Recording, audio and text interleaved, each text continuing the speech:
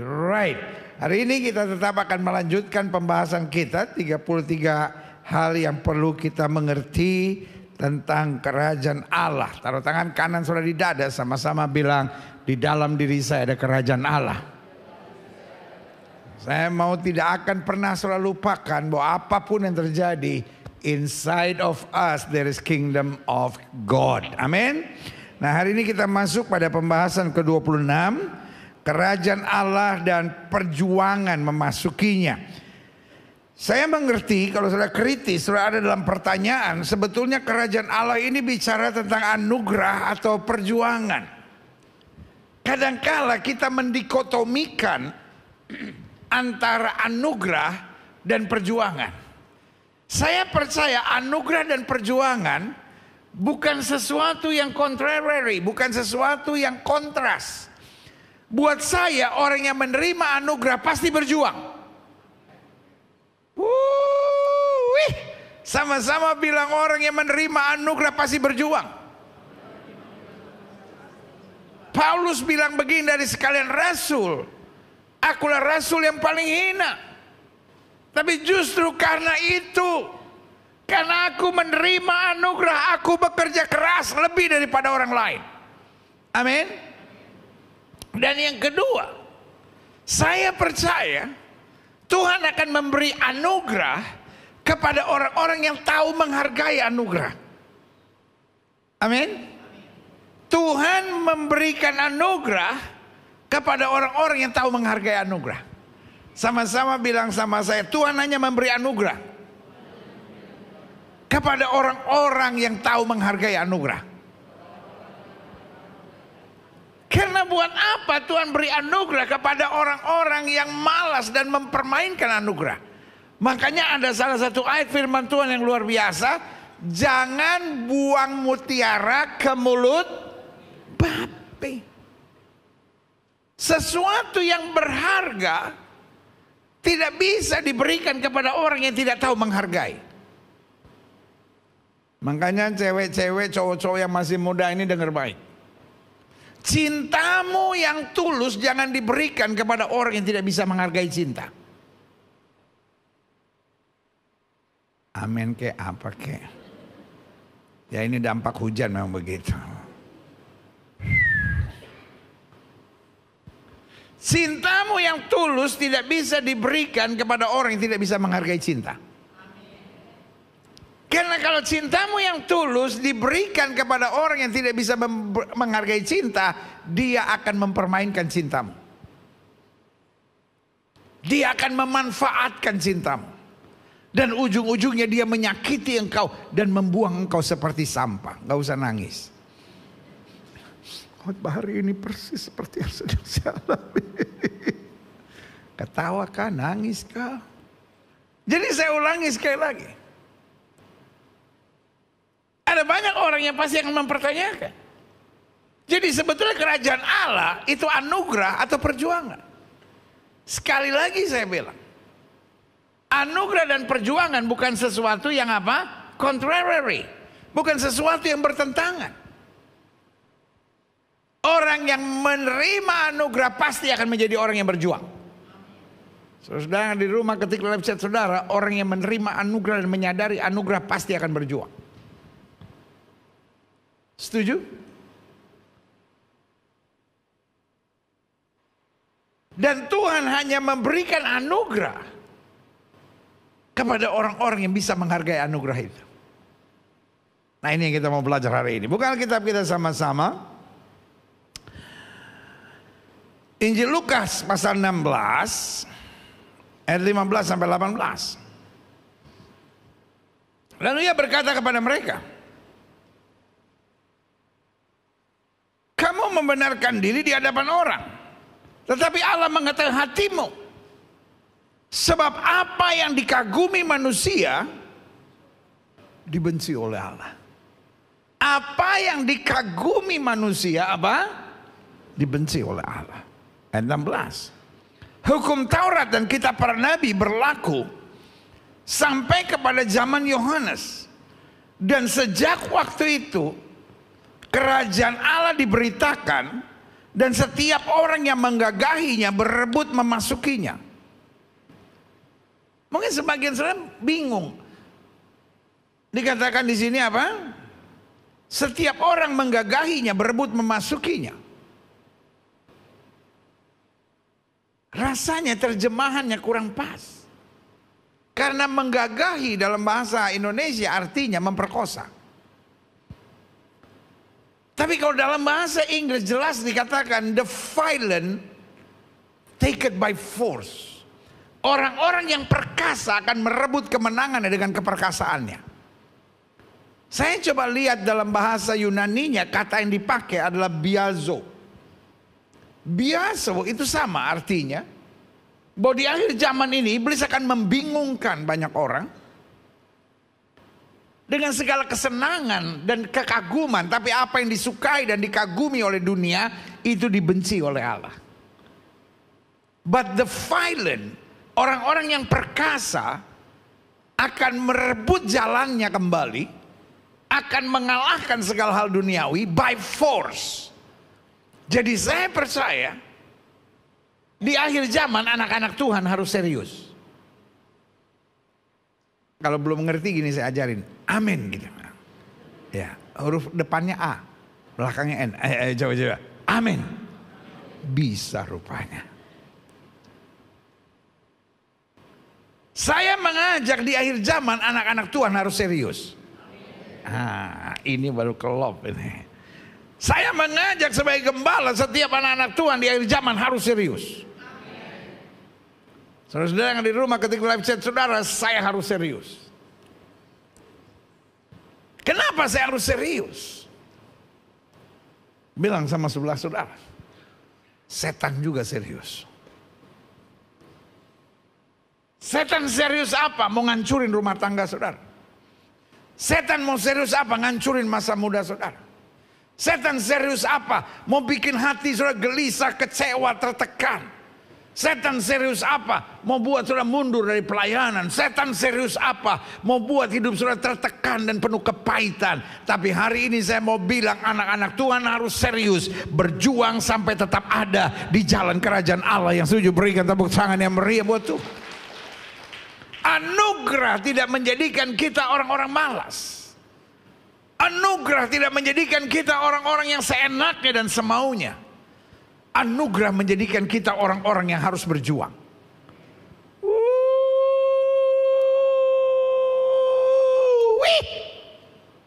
Sama-sama bilang anugerah menjadikan saya orang-orang yang berjuang.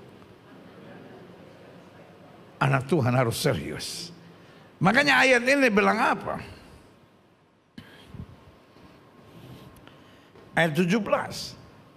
Lebih mudah langit dan bumi lenyap daripada satu titik dari hukum Taurat batal.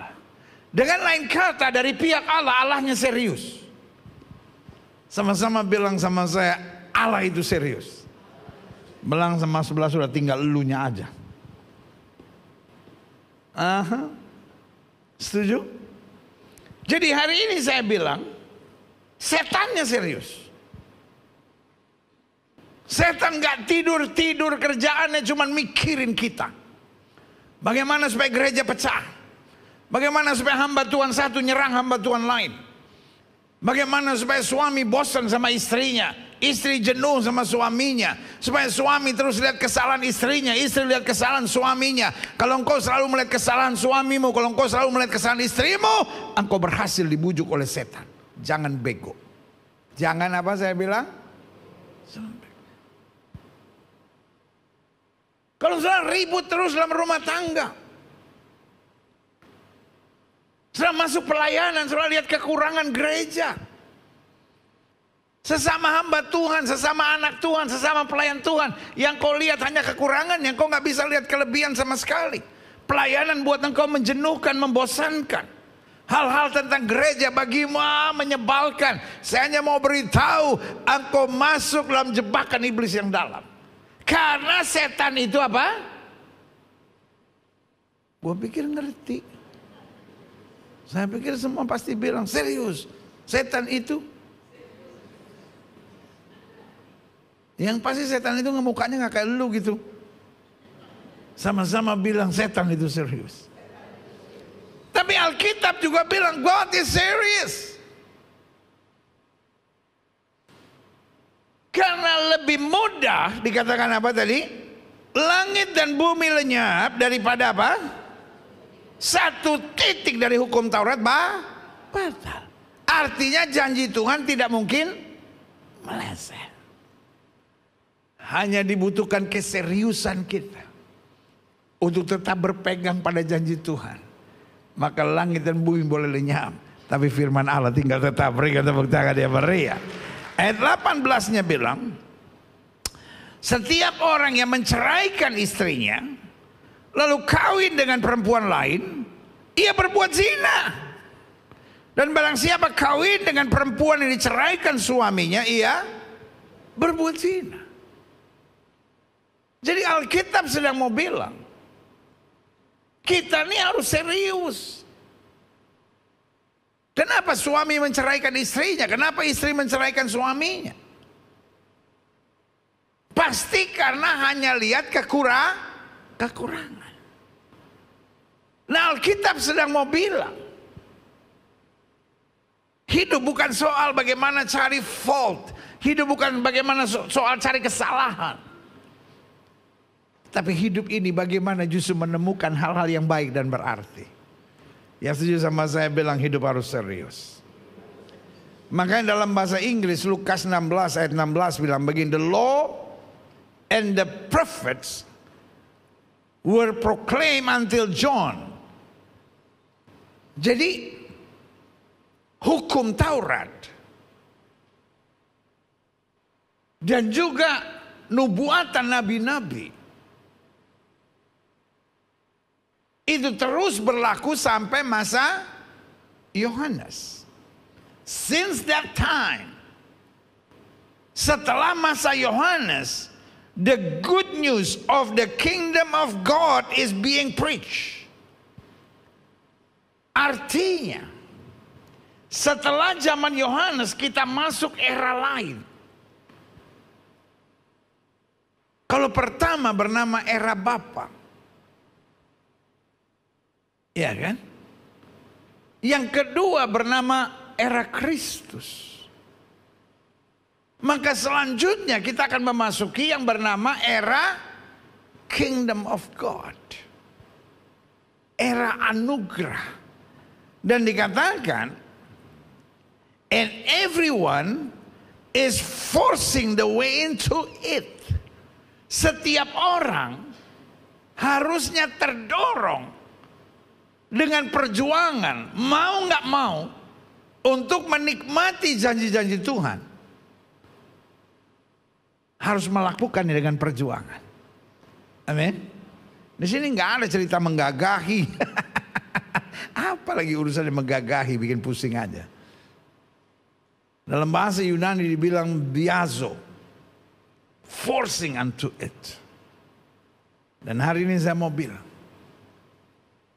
doa pagi setiap hari itu nggak otomatis, harus kita berjuang. Bilang gini, amin. Untuk mendisiplin baca buku, baik buku renungan maupun buku-buku rohani, maupun baca Alkitab, kita harus forcing. Karena kita senangnya scrolling Instagram orang, scrolling TikTok. Karena segala isu dan segala apa juga banyak di TikTok. Tapi kita harus force untuk stop handphone, baca Alkitab.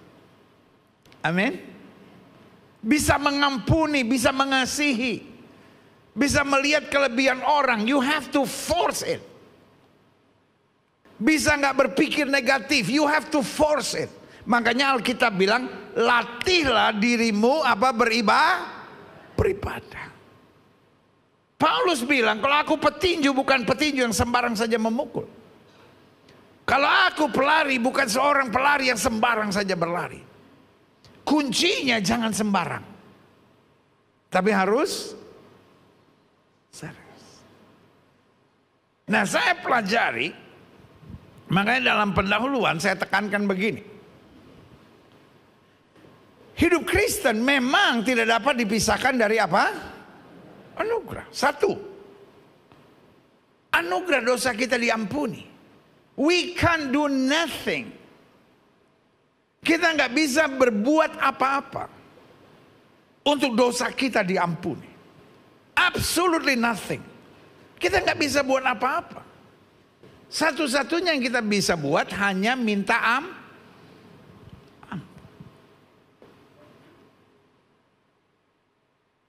Makanya konsep setiap agama yang penting berbuat baik. Dan mudah-mudahan kalau kita banyak berbuat baik, hati yang maha kuasa diluluhkan dan mau mengampuni. Berbeda dengan iman Kristen, karena iman Kristen Yesus sudah bayar harga dosa kita. Sehingga pengampunan dalam iman Kristen itu pasti. Yesus bilang apa? Kalau kamu mengaku dosamu, Allah itu setia dan adil, Dia akan mengampuni dan menyucikan kita dari segala kejahatan kita. Yesaya bilang apa? Walaupun dosamu merah seperti kermisi, akan diputihkan putih seperti salju. Berikan tepuk tangan yang meriah betul. Kepalkan tangan kanan saudara ke atas dan sama-sama bilang sama saya, pengampunan dosa itu pasti. Bilang sama sebelah saudara, asal lu bertobat. Dan itu anugerah. Itu adalah apa? Anugerah. Banyak agama tidak lagi berbicara tentang apa? Anugerah. Apa itu anugerah? Anugerah adalah sesuatu yang tanpa dasarnya, tapi dia mengerjakan karena keberadaannya. Jadi saudaraku, kita sebetulnya nggak pantas diampuni karena kita cuma mengakui. Jadi dalam hidup ada 3 tingkatan. Yang pertama bernama upah. Upah adalah sesuatu yang kita dapat karena perjuangan, karena kita layak. Pembantu saudara kerja, lalu dapat gaji misalnya berapa? 4 juta, 5 juta. Saya nggak bisa bilang ini anugerah buat kamu. Lu gaji itu kok. Dia dapat gaji karena dia memang bekerja untuk itu. Kalau dia kerja 1 bulan sudah bayar 500.000, itu namanya rodi, kerja paksa. Tapi kalau dia kerja 1 bulan, sudah kasih gaji 50 juta, itu anugerah. Karena itu bukan gaji, itu nggak masuk akal. Ada pembantu yang gajinya 50 juta sebulan. Ya mungkin 4 juta, mungkin 5 juta, itu bernama apa? Upah. Tapi ketika saudara lihat dia berbuat baik, ketika saudara lihat dia rajin, saudara akan bilang, ini gaji kamu bulan ini, ibu tambahin 2 juta, ini hadiah buat kamu, ini bonus. Bonus adalah sesuatu yang kita berikan, meskipun kita tidak harus berikan, tapi biasanya ada alasan. Mungkin dia ulang tahun, mungkin dia mau mencapai hari raya, itu namanya hadiah. Tapi yang ketiga adalah anugerah. Anugerah adalah sesuatu yang tidak layak kita menerimanya, tapi kita diberikan bukan karena kita, tapi karena sang pemberi. Sama-sama bilang saya menerima anugerah. Jadi anugerah yang pertama bahwa dosa kita diampuni. Kita nggak bisa berbuat apapun supaya dosa kita diampuni. Makanya iman Kristen, saya selalu bilang, kalau kita meninggalkan iman Kristen hanya karena pangkat, hanya karena kedudukan, hanya karena laki-laki, hanya karena perempuan, hanya karena satu dan hal, saya beri nama Oon. Kenapa Oon? Karena kita kehilangan anugerah bahwa dosa kita diampuni. Yang kedua, hidup Kristen tidak bisa dipisahkan dari anugerah, yaitu anugerah menerima keselamatan. Kita nggak bisa masuk surga karena perbuatan baik. Kita nggak bisa masuk surga karena amal dan ibadah. Tapi kita masuk surga karena darah yang tertumpah, itulah anugerah. Taruh tangan kanan sudah di dada, sama-sama bilang saya menerima anugerah. Baru yang ketiga, kita menerima anugerah menjadi warga surga. Bahwa bukan hanya nanti kita masuk surga, tapi sementara kita di muka bumi, kita menjadi warga surga, artinya keluarga kerajaan Allah. Makanya waktu murid-murid bertanya, how we can pray? Bagaimana kita bisa berdoa? Yesus bilang, kalau kamu mau berdoa, berdoa demikian, Bapa kami yang di surga. We call him Father. Kalau dia Bapa berarti kita anak. Karena Bapa kita di surga berarti kita adalah warga surga. Saudaraku, menjadi Kristen bukan sekedar punya agama, tetapi menjadi Kristen berarti kita menerima anugerah. Anugerahnya dosa kita diampuni, kita menerima keselamatan, dan kita adalah warga surga. Berikan tepuk tangan yang meriah buat Tuhan. Klik. Selanjutnya saya catat. Bahkan yang keempat, klik. No, yang keempat, kembali ke yang tadi. Anugerah untuk melayani. Karena gini, God is a wonderful God. Allah kita Allah yang dahsyat. Siapa yang percaya Allah bisa kerjakan semua sendiri? Amin. Sama-sama bilang sama saya, Allah bisa kerjakan semua sendiri. Kita ini berpotensi mempermalukan Tuhan. Kita ini apa saudara? Berpotensi memalukan Tuhan. Tapi Tuhan mau libatkan kita. Ini beresiko loh. Halo, setuju sama saya? Banyak orang keluar dari gereja bukan karena Yesus. Banyak orang keluar dari gereja kenapa? Karena orang Kristen, karena pelayan Tuhan. Tetapi Tuhan gak kapok, Tuhan gak apa? Kapok. Saya pikir-pikir Tuhan ini hebat. Dia mau kita punya keyakinan. Karena itu dia pakai kita. Hari ini saya mau bilang,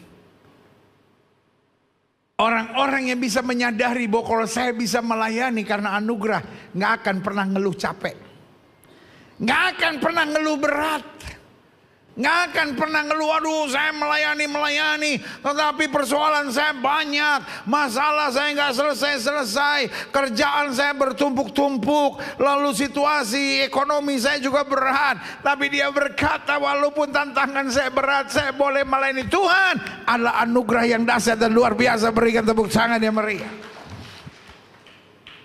Saya berharap dan saya berdoa buat jemaat Tuhan online maupun jemaat Tuhan yang ada di gereja, kita menyadari bahwa melayani Tuhan itu anugerah. Taruh tangan kanan saudara di dada dan bilang melayani Tuhan itu anugerah. Seperti selalu saya bilang, tahun ini saya melayani Tuhan 40 tahun. Saya tahu apa artinya air mata dalam pelayanan. Saya tahu apa artinya badai dalam pelayanan. Saya tahu apa artinya difitnah, disakiti, dikhianati, dilukai, kehilangan banyak hal. Buat saya itu hal yang biasa. Tapi saya bangga melayani Tuhan. Karena buat saya melayani Tuhan itu anugerah. Tidak pernah bisa saya bayangkan dalam hidup saya. Seandainya saya tidak melayani Tuhan, hidup saya tidak mungkin sebahagia hari ini. Karena melayani Tuhan adalah dasar kita untuk berkata, Tuhan terima kasih. Meskipun saya lewati semuanya, tapi saya boleh melayani Raja dan segala Raja. Itu anugerah terbesar. Berikan tepuk tangan yang meriah buat Tuhan. Jadi ingat ya, hidup Kristen tidak dapat dipisahkan oleh anugerah. Karena dosa kita diampuni, kita menerima keselamatan, kita menjadi warga sorga, dan kita boleh apa? Melayani sebagai warga sorga. Klik. Namun tidak dapat kita pungkiri. Untuk menikmati kerajaan Allah, kita harus berjuang. Sudah saya jelaskan buat saudara. Kenapa kita harus berjuang?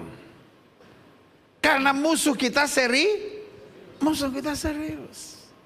Setan gak suka saudara damai. Saya gak suka lihat saudara suami istri tatap-tatapan bilang sayang. Iya. Setan gak suka lihat saudara berkemenangan. Setan gak suka lihat saudara berkelimpahan. Setan gak suka saudara menerima mujizat. Setan gak suka melihat apa saja yang saudara perbuat berhasil. Makanya Alkitab bilang lawan musuh iblis sama seperti singa berkeliling mencari orang yang dapat apa? Ditelannya. Berita baiknya berarti ada yang dapat ditelan, ada yang tidak dapat ditelan. Nah, saya coba pelajari. Adapun perjuangan kita yang pertama, yaitu perjuangan untuk mengalahkan pikiran yang penuh ketakutan dan kekhawatiran. Karena selalu saya bilang, salah satu battlefieldnya, bagaimana setan merampas kebahagiaan kita, bagaimana setan menciptakan tekanan dalam hidup kita, bagaimana setan membuat kita mengambil keputusan yang salah dengan menyerang apa? Pikiran. Makanya Paulus bilang aku menaklukkan segala pikiran. Perjuangan kita yang pertama bagaimana kita memikirkan kebaikan Tuhan. Bagaimana kita memikirkan hal-hal yang membawa damai dan sukacita. Sebagai hamba Allah saya mau bilang itu tidak otomatis. Tidak otomatis saudara pergi ke gereja lalu besok pikiran saudara bersih. Enggak. Sama-sama bilang saya harus berjuang. Kalau ada pikiran negatif tolak. Kalau ada pikiran-pikiran yang melemahkan, pikiran-pikiran mendatangkan emosi, bilang dalam nama Yesus Allah turut bekerja mendatangkan kebaikan dalam hidup saya. Ketidakbahagiaan yang saudara pikir atau ketidakbahagiaan yang saudara alami seringkali mulainya dari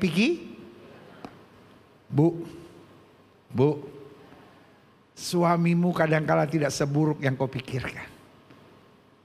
Hanya pikiranmu yang terlalu buruk. Pak, istrimu tidak seburuk yang kau pikirkan. Seringkali pikiranmu yang terlalu buruk. Adik-adik muda, hidupmu tidak sesusah yang kau bayangkan. Saudara boleh berdebat sama saya lalu bilang hidup saya itu susah banget gitu pendeta, hidup saya itu berat banget pendeta. Tapi saya cuma mau bilang, seringkali yang gak beres hanyalah pikiranmu. Makanya Daud bilang, kejadianku dahsyat dan ajaib, jiwaku benar-benar menyadarinya. Saya berdoa hari ini di ibadah yang luar biasa. Sebelum Tuhan merubah nasibmu, sebelum Tuhan merubah keadaanmu, robah dulu pikiranmu. Setuju? Karena waktu engkau mulai berpikir apa yang benar, apa yang mulia, apa yang sedap didengar, maka tanpa kau sadari, segala-galanya akan berubah. Berikan tepuk tangan yang meriah buat Tuhan. Sama-sama bilang saya harus rubah pikiran saya. Setuju? Saudara di rumah bilang saya harus rubah pikiran saya. Ketika live chat saudara, saya harus rubah pikiran saya. Yes. Yang kedua, apa perjuangan kita? Perjuangan untuk berani berkata tidak. Kita ini kadang-kala manusia yang apa? Sama-sama bilang sama saya nggak enakan. Pertama kali orang nawarin drugs, saya juga tahu kok itu salah. Tapi kadang-kala suka nggak enakan. Pertama kali orang ngajak saudara main judi online, saudara udah tahu kok itu salah. Tapi saudara suka nggak enakan. Pertama kali orang ajak saudara merokok, pertama kali orang ajak saudara minum alkohol, saudara juga tahu itu salah. Cuma saudara bikin nggak enakan, cuma sedikit lah, nggak apa-apa lah. Pertama kali orang ajak saudara ke tempat-tempat pelacuran, ke tempat-tempat yang nggak beres, ke karaoke, kadang-kadang saudara juga tahu this is not my place. Tapi saudara nggak enakan. Pak, Bu, adik-adik muda yang saya sayang dalam kasih Kristus. Boleh nggak mulai hari ini? Nggak enakannya sama Tuhan. Artinya gini, masa Tuhan udah terlalu baik buat saya tuh mau ngecewain hati Tuhan. Kita nih sama Tuhan kita antepin. Itu bahasa apa sih? Tapi sudah ngerti kan? Ini kok ada penterjemahnya bingung, antepin. What is the meaning of antepin? Bahasa Cinanya lebih mantap. Kita sama Tuhan seringkali cincai. Udahlah Tuhan cincai lah, dia juga ngerti saya kok gitu. Tuhan juga ngelihat kan Tuhan banyak urusan, dia ngeliat saya cuma begini-begini. No. Kita sama orang suka nggak enakan. Tapi sama Tuhan cincayang. Hari ini saya mau bilang sama saudara. Itulah artinya takut akan Tuhan. Takut akan Tuhan artinya saya takut kalau saya mengecewakan Tuhan. Saya selalu bilang gini, orang bisa bikin apa sih sama saudara? Orang bisa bikin apa sih? Hari ini dia ngetawain saudara, besok dia menghormati saudara. Hari ini dia ketawain. Lu cuman ke karaoke aja gak mau. Lu takut bini ya? Kita akan dibuat down supaya kita ngikutin maunya. Tapi ketika kita punya prinsip dan berani berkata tidak, besok-besok kita jadi orang yang lebih dihormati. Dia akan ngomong sama semua orang, wah kalau dia mah mantap lah. Dia tuh orangnya gak bisa diajak ya enggak. Imannya luar biasa. Kasih tepuk tangan dulu yang meriah Tuhan. Orang ingin put you down supaya orang bisa menaruh saudara sama. Akhirnya dia membicarakan saudara. Tuh orang walaupun ke gereja. Kalau gue ajak ke karaoke gue kasih cewek, mau dia. Dia walaupun ngomong Tuhan. Tapi kalau gue ajak pakai gini-ginian, mau dia. Itu. Jadi hari ini saya mau bilang. Orang ngajak saudara sebetulnya ngetes. Saudara tuh standarnya serendah dia enggak gitu. But when you show you are son and daughter of kingdom, we have different standard. Sama-sama bilang standar kita beda. Saya berdoa jemaat Tuhan online maupun jemaat Tuhan di gereja. Kita bisa ingat standar kita beda. Kita nggak sama dunia ini. Karena standar kita adalah kerajaan Allah. Berikan tepuk tangan yang meriah. Sama-sama bilang berkata tidak. Gak apa-apa kok. Orang yang kecewa sama saudara hari ini karena saudara menolak. Besok akan mengagumi saudara karena prinsip yang saudara pegang dengan teguh. Amin. Yang ketiga. Perjuangan kita apa? Perjuangan untuk mendisiplinkan hidup kita sesuai aturan firman. Sama-sama bilang sama saya, mendisiplinkan. Makanya istilahnya untuk mengiring Yesus bukan hanya pengikut tapi apa? Murid. Murid dalam bahasa Inggris itu artinya apa? Disciple. Disciple berasal dari kata juga akar yang sama dengan apa? Disiplin. Karena every disciple has to be disciplined. Saya percaya murid Kristus bukan ambiar. Murid Kristus bukan ngaco, bukan sembarangan, bukan masa bodoh, bukan seenaknya. Saya percaya murid Kristus ada aturannya. Sama-sama bilang saya ikuti aturan. Aturan pada saat dijalankan tidak mungkin menyenangkan. Tapi aturan ketika ditaati pada akhirnya akan membanggakan. Kadang-kadang berhenti di lampu merah tuh gak enak. Apalagi kalau kita mau buru-buru, lampu merah lagi.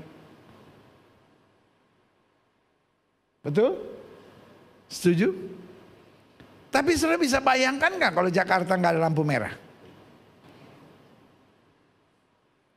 Betapa ruwetnya hidup ini. Ada lampu merah aja ruwet, saudara. Setuju? Ketika masing-masing ikutin aturan, saya percaya hidup akan lebih dahsyat.